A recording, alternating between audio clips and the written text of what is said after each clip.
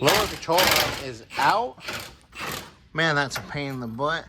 Got this big old weird bolt thingamajiggy. Oop, there goes one bolt. And then that bolt's on the other side. Kind of strange. That one's out. We are working on the driver's side front. Give you the bag in the back. keeping the shims and bolts together where they go. And this is the upper control arm. You okay there? Reach for the stars. And then we'll get the passenger side going here in a little bit. Doing the same thing. Take them next door to our good buddy Victor. And that means I can start working on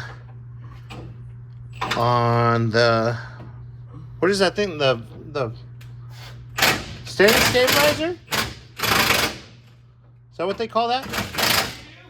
The steering stabilizer. Yeah, I can start working on that, and so hopefully pretty much our steering stuff will be done. Go from there.